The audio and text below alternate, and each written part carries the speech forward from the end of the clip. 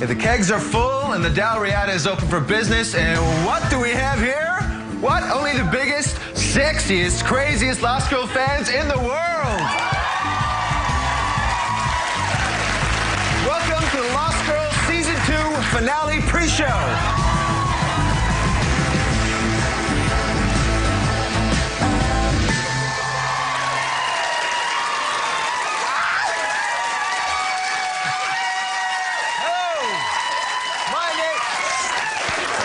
My name is Steve Cochran. I'm one of the writers for Lost Girl, and I'll be your host for this evening.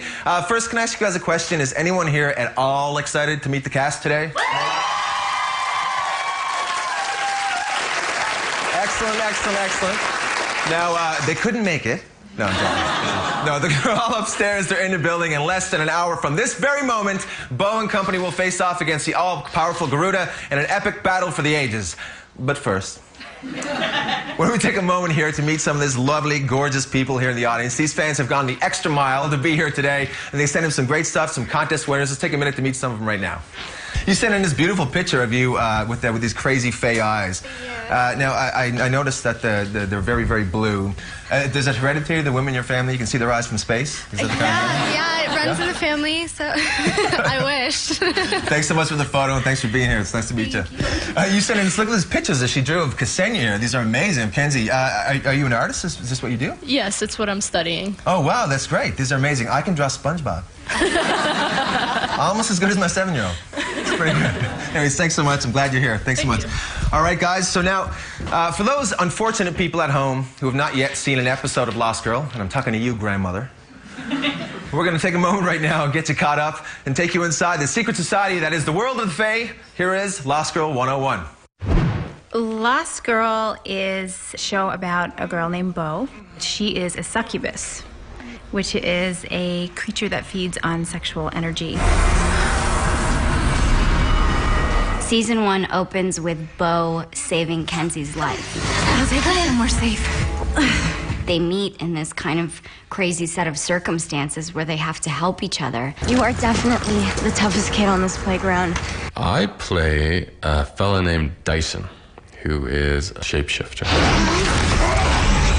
The secret society is a world that is inhabited by what we call Fae. We pull from lots of different sort of superstitious, mystical backgrounds from all sorts of different cultures around the world. Well, I play Dr. Lauren Lewis, and I work for the Light Fae. Based on your feeding signature, just say it. You're a succubus. So there's a love triangle with Bo and Dyson and Lauren, and there's all kinds of sacrifices made by both Dyson and Lauren. You need all of the strength you can get, so take some of mine. Want to kill you? Just kiss me.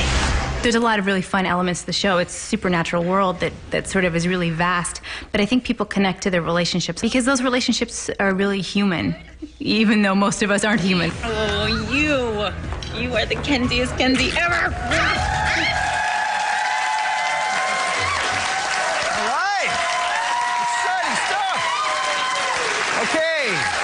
Well, now that we're all on the same page, finally, and we are counting down even closer to the big finale. But first, what would Lost Girl be without its Lost Girl? Here's a look at the sexy succubus that we all know and love. Bo, have you thought this through? No, but it's the only way I heal. I don't usually have trouble wrapping my mouth around things, but something about that sentence makes me horny. All right, and here she is, the unaligned Fae of the hour, everyone's favorite succubus, the Lost Girl, the pride of Fredericton, New Brunswick, Anna Silk, everybody!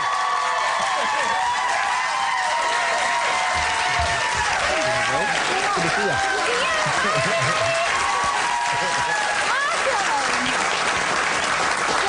Awesome! How cool is this? This is fantastic. Can't help but notice that your applause was bigger, thanks to you. No, the energy in here is amazing. I know, is this incredible? Yeah. Now, Anna, you play a succubus. I do. Let's just say it. Yep, let's just get it call out it there. out. Yep. You can kill people with sex. I can. How do you prepare for a role like that? Well, how don't you prepare, really, for a role like that? Draw on personal experience, obviously. Yes, you do. Yes, I murdered people. Excellent. That's what I was trying to get. The police will be here in a minute. No, but seriously, what kind of challenges are there to play a role like Bo? Well, I think, I mean, you know, Bo is obviously, she's a supernatural creature. You all know what she does.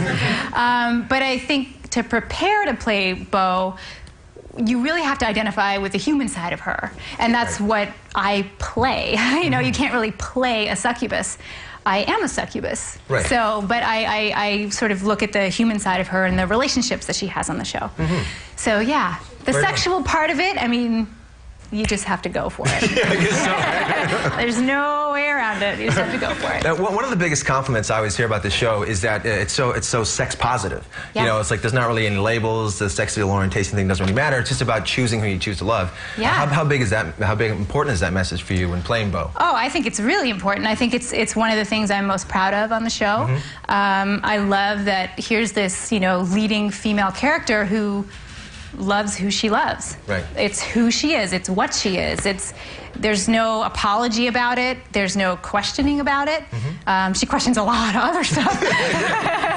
But she, you know, she completely embraces who she is. Now, that wasn't easy for Bo all the time. I mean, her power was something she had to struggle with. It was her greatest source of shame for so long, and it becomes her greatest source of power. But the sexuality part of it is completely unapologetic and completely who she is, which I love. Yeah, there's a lot to draw on there. Yeah, and it's really great, and that's one of the greatest things about fan response to the show too, has been that aspect of who she is, and I'm really proud of that. Right on. Now, you meet so many fans. We have so many fans here today as well. But you meet a lot of people at Comic-Con, Fan Expo, and things like that. Is there any moment of sort of fan interaction that sort of just really hit you and kind of stuck there? Yeah, definitely. I mean, we've met all kinds of great people. Absolutely, yeah. I mean, and everyone has their own specific reason for why they love Lost Girl, and I love hearing all of them. But we had one girl last year at Fan Expo who wanted to speak to Zoe and I, Zoe who plays Lauren so wonderfully. And she sort of came up to us, and she was nervous and pretty emotional, and really wanted to share with us that it was because of the relationship that we had on the show that she was able to come out to her mom. Wow. And we were speechless, and also just really happy that there's a role model out there for her at that time, which I think it's incredible. Yeah. It's more beautiful than the birth of my kids. We have an audience question here for you now. Sure. I'm just going to go to it. Oh. Hi. That's Hi. Oh, hello. Just as we've come to the end of season 2 and looking back at how is the biggest way that Bo's changed your life, or getting to know her, playing her, this whole experience? Well, I mean, I definitely learned from Bo. I mean, I think, you know, ultimately I am Bo, but I have to sort of add a few layers to myself to play Bo. You know, she's incredibly confident, which is something that I've learned from her. No matter what she has to do, no matter how scared she is, she does it. She stands up and she does it, which I think is something everyone can relate to. I can relate to it. I'm scared a lot of the time, and you just have to kind of go for it. And that's something I definitely have learned from her. And, you know, I like to think that she learns from me a little bit, too. Excellent. All right, Anna Silk, everybody. Don't go away. There's a lot more Anna on the show, and plus our own Big Bad Wolf is coming up after the break. As we keep counting down to the big Lost Girl Season 2 finale.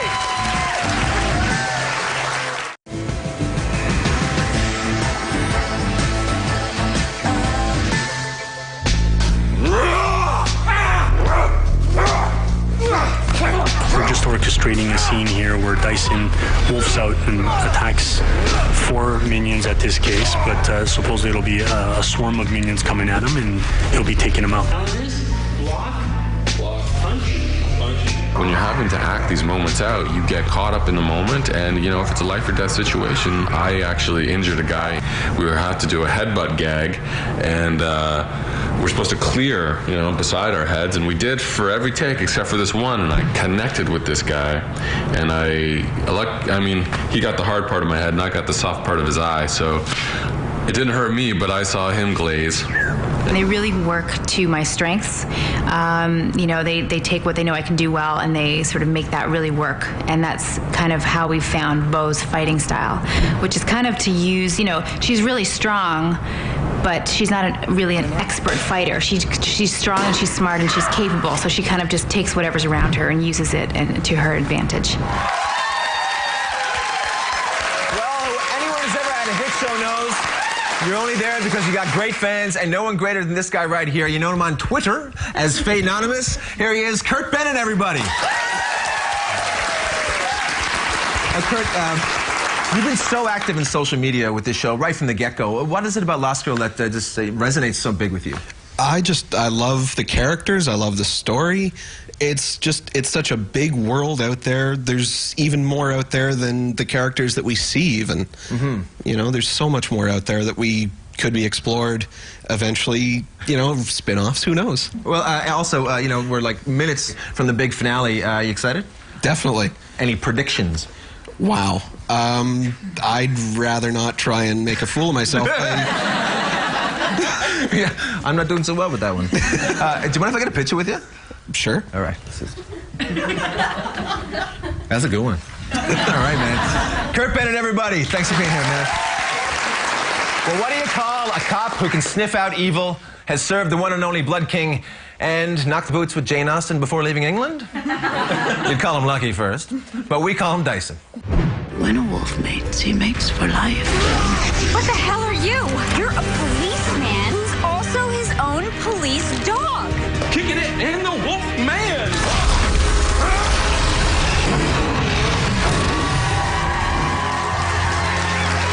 And here he is, live in the Dalriada, everyone's favorite motorcycle riding badass, Chris O'Leary.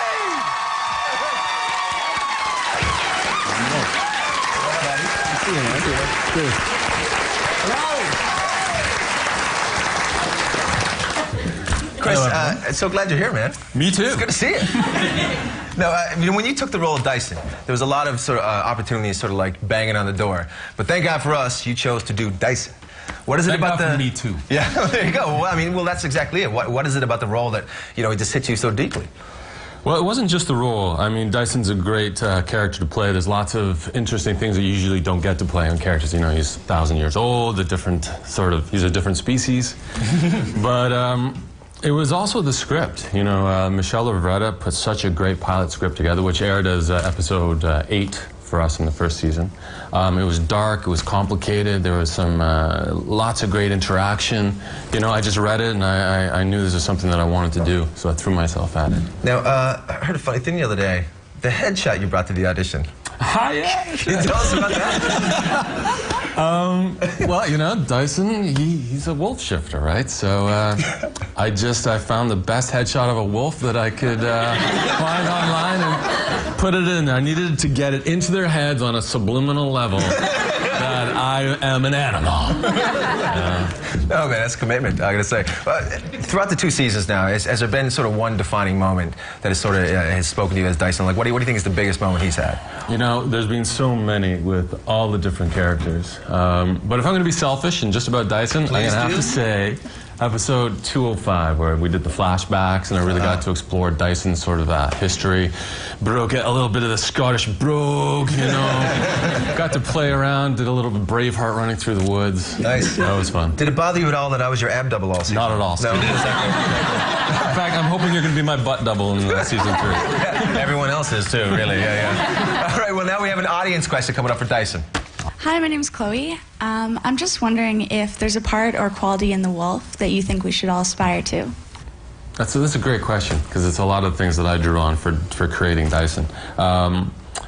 You know, there's the mates for life, which was not to like... That wasn't my fault. Okay? No, that one. I was trying, okay? Wolf's gotta live, though, you know. Dog. Similar, you know, slight offshoot. But yeah, you know, loyalty, pack, honor. We also got a Facebook question for you now. It's from a girl named Marion. And the question is going to read, what was it like for all the other actors to play each other in the episode Original Skin? And she specifically said, I enjoyed watching Chris play Kenzie, and I think we all did. Well, what was that like for you, man? I got really lucky, first of all, because Kenzie's such an awesome character to play. You know what? That episode was amazing for all of us. Yeah. It was... And that's the real side of Chris, you have to know. Dyson's the construct. Really? Yeah, I'm Kenzie inside. You know, it was kind of like it was like theater school for all of us. We all really worked together. We were doubling up, pairing up. We were reading each other's lines to each other.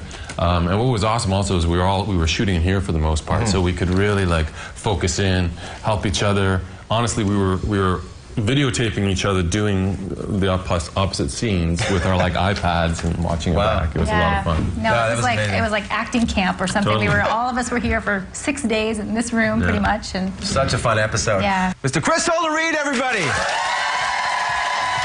Don't go away. More after the break, including everyone's favorite partner in petty larceny, the queen of the quips, Miss Ksenia Solo.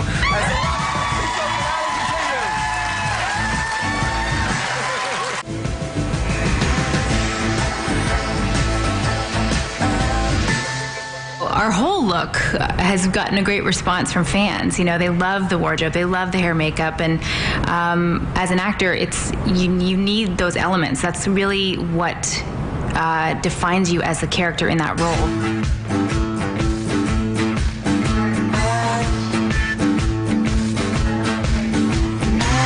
On an episode, I get the script, then I have about 6 days to get the whole show up and running, designed and made, and it would not be possible if I didn't have an absolutely amazing team.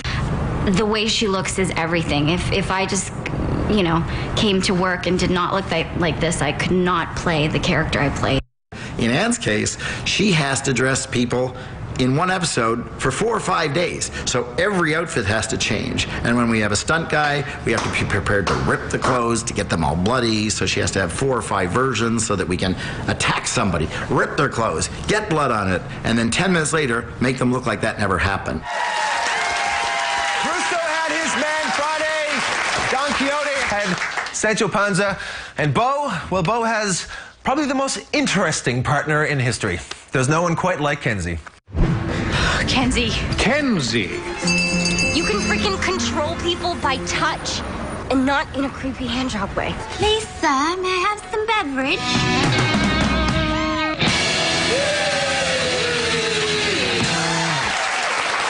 She's got kick-ass boots and a witch sharper than any knife known to Faye. Ksenia Solo, everybody!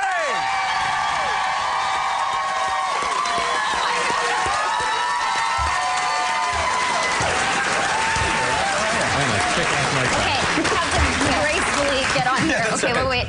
Okay. All right. Now, first off, Ksenia, I'd like to start with a real serious question. Hard one. Okay. Do you know, or are you related to Han Solo? Yes. Crazy uncle. I see him, you know, every Christmas. It's not a big deal. Okay, right. No, but seriously, Kenzie's such a colorful character. You know, you get into so many amazing situations. You're a thief. You have crazy Russian cousins. How much of Ksenia is actually in Kenzie? All of it. You're just seeing my life unfold. No, you know, it depends. It depends on the weather. It depends on my mood that day. It depends on the scene, how much of me is in Kenzie. But on a serious note, I feel like as the series progresses, as we dive deeper into all the stories, I can feel and discover how much of me is really in Kenzie. And as she grows and evolves, I feel that I grow and evolve as an actor, as a person, as a woman. Yeah. So, no, she's definitely memorable. What's it like being sort of, you know, one of the only humans amongst this group of, you know, powerful people? It's pretty cool. Yeah?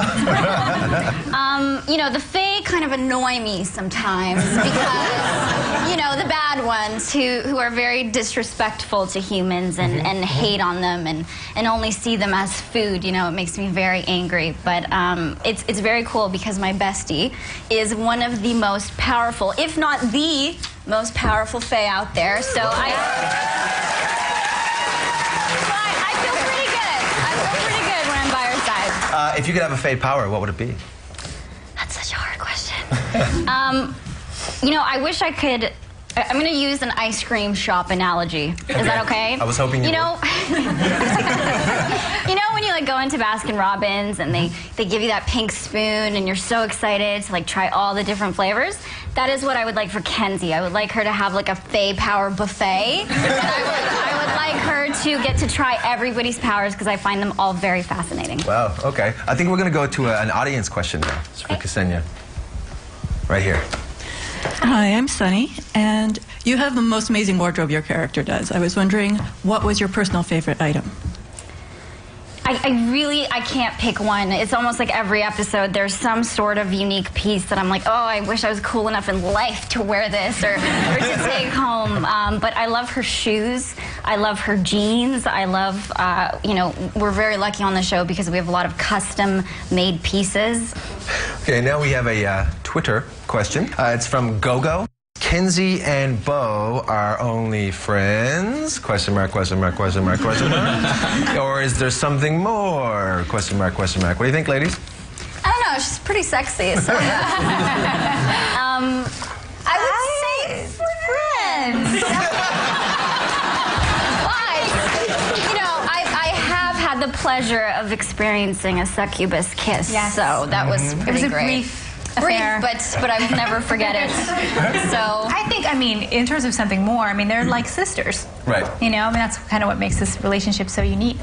And but I don't know if it will go beyond that one kiss we shared. Really? Although it was lovely. Are you sure? It was lovely. I mean, that's so true about your characters. I mean, you guys are so tight on the show. And in a lot of ways, I mean, no matter about Team Dyson, Team Lauren, I mean, you know, Kenzie and Bo are kind of like soulmates in a way, too. Yeah. You know, I mean, let's Oh, yeah. talk about that friendship, the relationship that it is for you guys.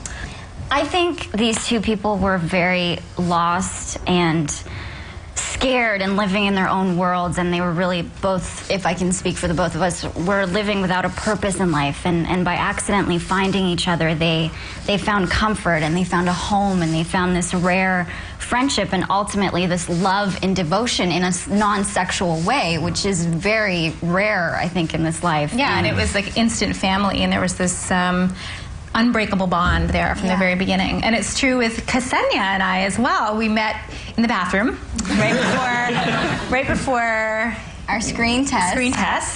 And we fell in love under those disgustingly ugly fluorescent lights. It's just, yep. So I think that you know, it exists on and off the show, and it's been really very nice. And I think it's amazing because, you know, she could really just kill me.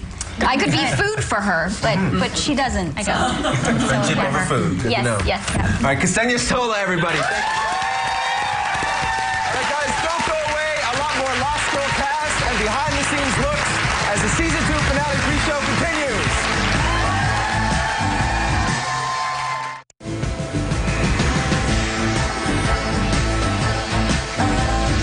Our sets are built by Ian Brock, who does an absolutely amazing job because he has to take a paragraph describing an environment that we want to shoot, and he has to turn it into what you've seen. You know, you get to walk on to a set that is this insane asylum or an abattoir or something really sort of dark, and you get to bring the story to life, you know, in a real setting. They're incredible. When you are able to live your character or inhabit a character that's within an environment that feels real, it really helps you with really getting into character and into the moment of what you're having to do.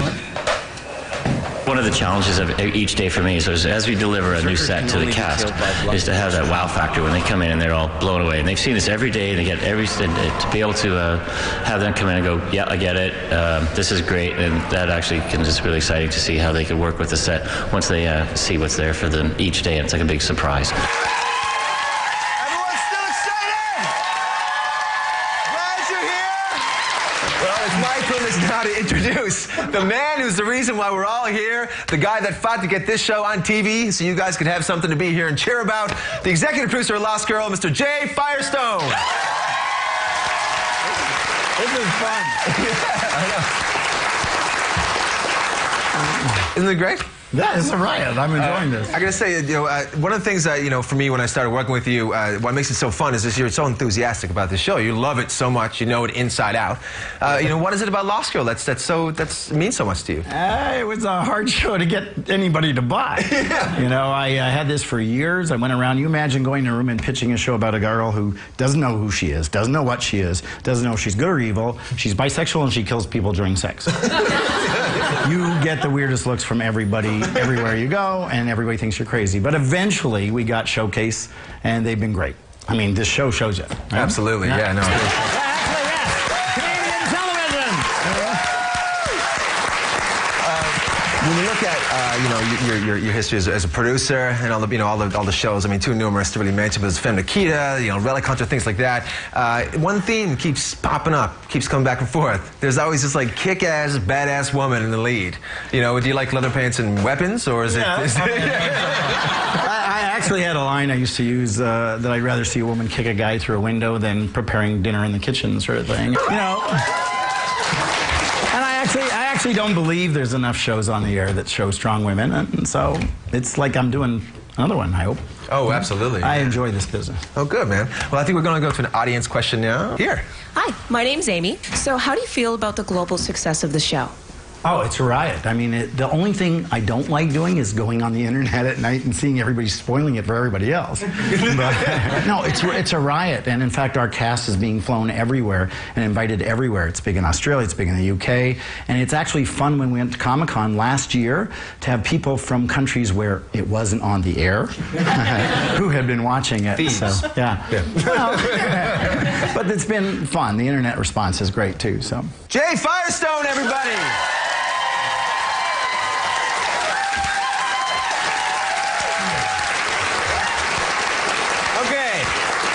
So what do you get when you take a siren, the Blood King, and a heavy eye-lined mesmer and put them together? One of the strangest video packs I've ever seen in my entire life. Roll it. Looky, looky, looky, Lou. I know things about you and about your mother. The glaive is gonna make garters out of my tender bits. But at this way station, it's actually a 3 ass whooping minimum. Humans are for feeding off of, not wearing. All it'll take is a transluminal migration circle. Spark me up. The Blood King, Rick Allen. Detective Hale, Tracy Collins.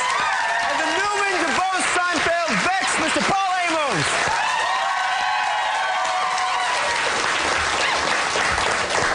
Rick, if I can start with you. Absolutely, Steve. You're the most knowledgeable Fae around, as they say. On the show, you have to say a lot about the Fae world. Yeah. We even call you Trickopedia. It's true. What's that like being that as an actor on the show? Transluminal migration circle, Yes. for example. It's a tongue-twisting, mind-bending good time. And I mean, it's great. I love playing Trick. He's a fantastic character to play. You guys write some amazing phrases for me and words that occasionally change in the last seconds, and then I have to wrap my mouth around another line or another word. Yeah. The great thing about it, though, is you can actually search all those things online and find things like that. When I was a kid, to Google me meant something completely different than what it does now. But so Google away and you'll find the things that I'm talking about, which is really helpful for me, so I don't have to kind of just make it up into, in my own head. It's actually somewhere, somebody made it up in their heads 100 years ago or something, so. No, anyway, you do it so well. KC, Detective Hale, 2 seasons in now. How do you find, in what way do you find your characters evolved? Oh, well, he's gotten half naked. That's right. That's when you know you've almost made it. Yeah, that's right. But he's becoming an individual, a leader. Not that he was ever a follower, but he was just loyal to a fault. Yeah. And he's kind of put his foot down and said, "Hey, you know what? This is me." Right on. Paul, now you play Vex. Yes, I do. He's a sweetheart. Of sorts. How fun is it to play a villain like him? Oh, I mean, it's great. I get whipped by a dominatrix, I get vice clamps on my nipples, and I get kicked in the face with a football. Sorry, soccer ball. Soccer ball. Sorry, I have mean, it's as much fun as sort of, I don't know, watching the Goonies for the first time or something. Shout out to the Goonies. It's just, he has such a great sense of adventure as a character. Everything is fun. He's up for anything. There's no holds barred. And I get to go into work every day and wear really tight leather trousers and basically take the mickey out of these guys all day.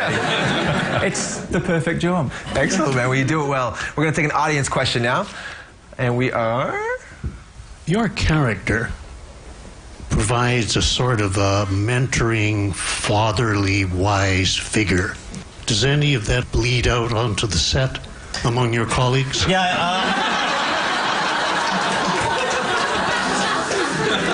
it all just kind of oozes out of me, actually.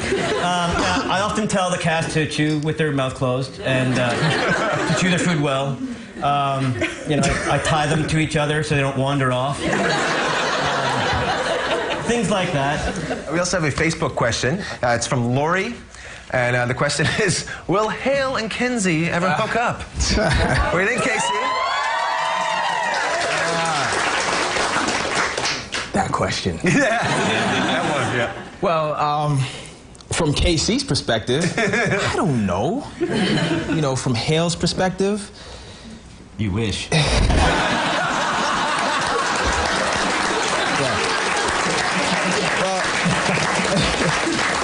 Here's the thing. He is the ultimate bachelor. So, therefore, I think deep down he really does want to give it a go, but he doesn't trust himself enough at this moment. Big thing to jeopardize. Yeah. Okay, we have another audience question here as well. Hi, this is for Paul. Hi, Paul. I'm Cynthia. Hello, Cynthia. And I would like to ask you, does Vex have any redeeming qualities? He's a really nice guy. I don't know what everyone's got. He's just misunderstood. Yes, he does. And I think more as the season goes on, I think you get to see a bit more of who Vex is. And he's not so bad, but he is bad. All right, guys, thank you so much. Rick Howland, Casey Collins, and Paul Amos. Don't go away. Bo's got a plan. We don't know what it is yet, but it's all going to come up in a few minutes from now as the Lost Girl pre-show finale continues.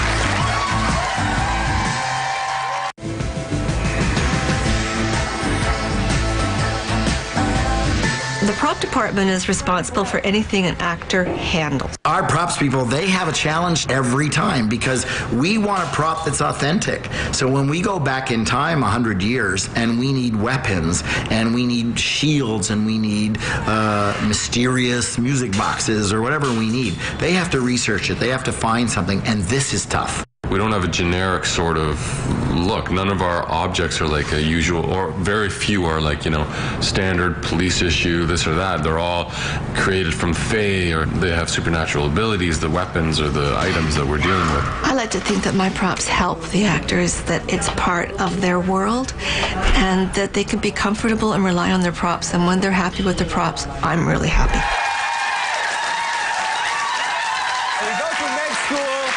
You go to Africa to help out. You discover a secret society called the Fae, and then 5 years later, you're sleeping with a succubus and fighting against a wolf for her. You know, that same old story. Here's a look at Lauren. As your doctor, I would be more comfortable with you choosing someone slightly less well-traveled. Can I sleep with you? From now on, the necklace stays on. Forever.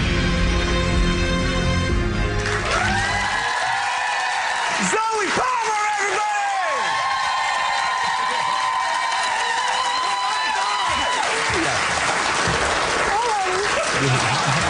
It's so good to see you. You too. Again. It's been so long. I know. Oh my God, you look different. Thank you. Had a little bit of work done. Yeah. We have sit-ups. Zoe, one of the things I love working with you is because you're so versatile. And, you know, as a writer, we can basically put you in any situation and you're going to give us exactly what we wanted. As an actor, you know, what are the things that you really like playing? I like playing sort of crazy people. Like they're off kilter, or a little bit socially awkward, or a little bit sort of OCD, or OCD. Yeah, Okay. I do. I think Lauren's a bit OCD. Well, she's a doctor. I think she has like a cupboard of soap. Right. Like just one cupboard, Just one and cupboard. all it has in it is soap. And they're all labeled days of the week, that That's kind right. of thing. She uses it once, throws it out. Is there one defining moment for the Lauren, character of Lauren? There's been a lot, but anything that really sticks with you? I think probably like when she finally told Bo that why she was so indebted to the Ash. I think that was probably the big sort of, just like for her to be able to express to Bo that there was a real reason that she behaved like a lunatic for so long. 2 seasons have passed. How do you find Lauren has evolved over that time? I think just her confidence. I think that like we met her as a really submissive character and somebody who was also sort of really mysterious, and we didn't know if she was good or bad or really loved Bo or didn't, and I think that she's kind of evolved into somebody that has a little more confidence. She's a bit more assertive. You know? What kinds of things would you like to see Lauren do in the future? Yeah. What kinds of things do I want to see her do? I think she should climb a mountain. I think it's an excellent idea. I also think she should take an audience question. She should do that as well. Okay. An audience question here for you now. Hi. So you play such a kind character. I was just wondering if you thought Lauren has a dark side at all? Yeah, you should ask Bo. Yeah. I don't know. Yeah, I think I sort of feel like, you know, she's a human being, and so I think that she is capable of a lot. And I think that Lauren is a really committed, loyal, determined person, and I think that she would go to all kinds of great lengths for something or someone she believed in, even if those lengths were dark. Zoe Palmer, everybody. Well, as we all know, Bo is a lovely, inspirational character, but she has one problem with one fundamental issue, and that is making a choice, especially when it comes to love. There's this whole friends with benefits thing that I have heard so much about. Hey, stranger. Hey, like a threesome. What about me right now? I love me some Bo, but she's got to end the juggling act.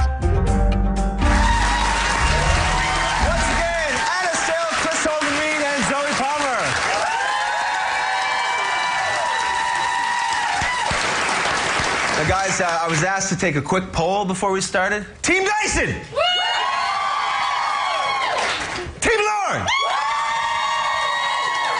Team Steve! Okay, Anna, I'm going to start with you. Okay. What attracts Bo to both Dyson and Lauren? Gosh, I mean... Sorry, I'll get it right, Zoe, I promise. No, I mean, look, what cannot attract her to these people? I mean, you know, with Dyson, Bo meets Dyson right away, and there's an instant trust there, you know, and he's so super sexy, yeah.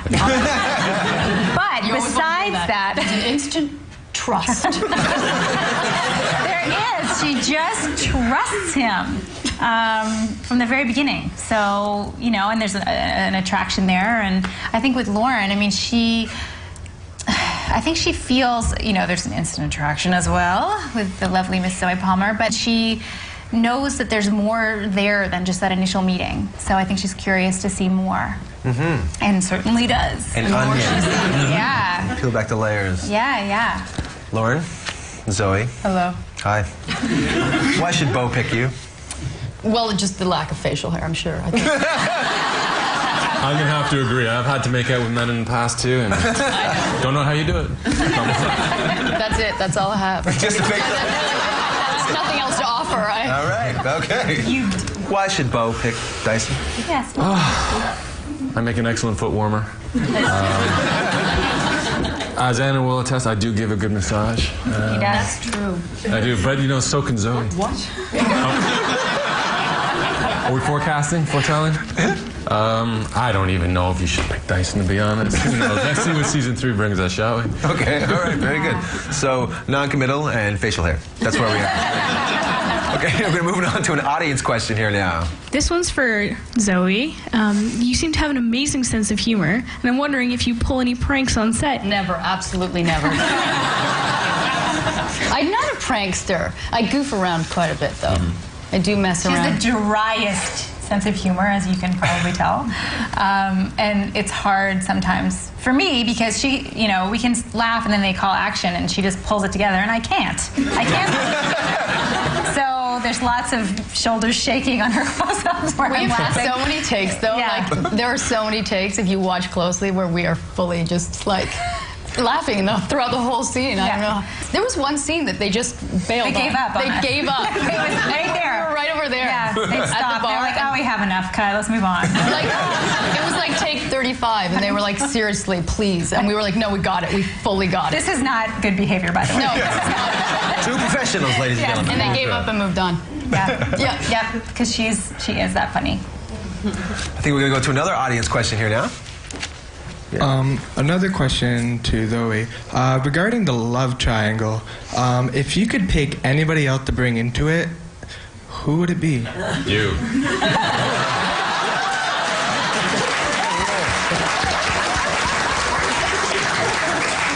Do you mean to make it more than a triangle? Like, or take one away and put someone else in? Like, so 4 people. I love square. Steve, without a doubt, Steve. This is amazing. I gave my $5 to Kenzie, But though. Kenzie and Lauren had a little. It was your imagination. It was my hallucination, yeah. But we had a little moment. That was a nice moment. I'm not going to lie. So maybe Kenzie or you. Kenzie, you're the writer. Guys, thanks so much for playing so nice. Everybody, the triangle.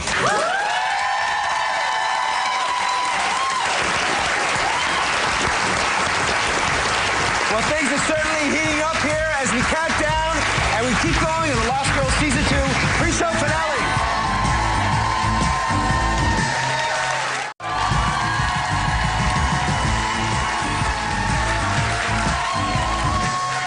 Guys, we are so close. I can feel the Garuna breathing down on our necks. But for those of you out there who have missed some of the bigger moments of Season 2, here's a recap of Season 2. If the ash doesn't get better soon, bigger, more organized baddies are gonna start testing. And that's not our deal. Deal's off! New successor to the Ash will be named. Something old has awoken. Something terrible. It looks as if we have ourselves a new Ash to crown. Hear me, Bob, what you got? Save me. I think technically I saved you. When are you gonna learn not to interfere in dark fight business? You'd be surprised how many of my transactions involve power tools. Well, you're gonna have to get through me first. And me. You'll pay. Blood King is no match for Garuda. Garuda? I can't do that. I can't do that.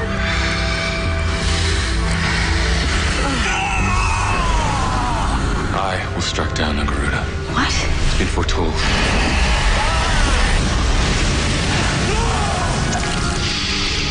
You must recruit the dark. One whose abilities rival your own. I'd like to introduce you to the newest member of our army. Bo? I may be the champion, but I can't do this alone.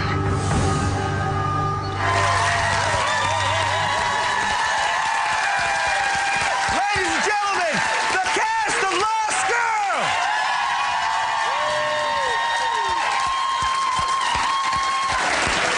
Well, guys, the finale is almost upon us. The Garuda's on his way. Chris, Casey, take off your shirts. Ab off. It's the only way to stop the Garuda. Chris, it's the only... I need some airbrushing, quick. All right, fine. No shirts. What about Paul? Paul, take off your shirt. He'll let you do it.